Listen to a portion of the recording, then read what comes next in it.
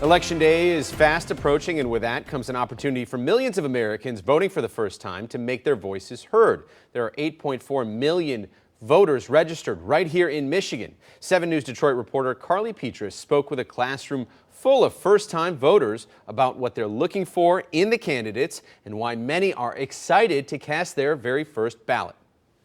The countdown to Election Day is on, so we're heading into the classroom here at Wayne State University to hear from students and the policies pushing them to vote.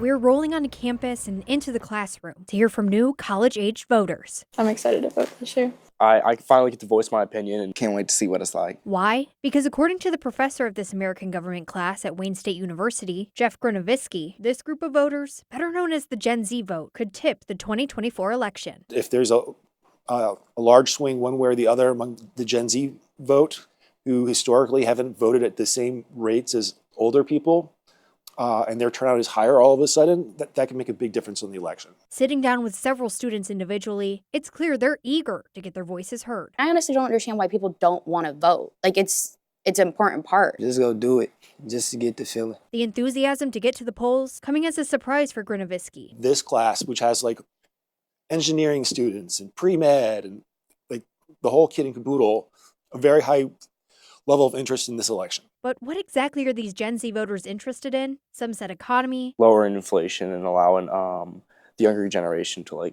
make their mark. We're looking for the best for our future. But everyone I spoke with brought up the conflict in the Middle East. What's happening in Palestine, what's happening here in the country. It's mostly the Palestine conflict, whether they're like for it or against it. For me, I just don't like people being in like any negative situation, really. This comes as another surprise for Grunowski. One of the things that has struck me about this election that I hear from my students over and over again is the overwhelming support for the Palestinians. Of course, young voters disagree on many things. I vote for policy. For you, what's important to you this race, policy-wise, or candidate maybe? I hate to say it, but I'm definitely not even voting for policies anymore. It's just, for me, it's definitely has become just by the person. But one thing all of these students agree on is the importance of voting itself. I feel like voting is kind of like a patriotic thing. It's our civic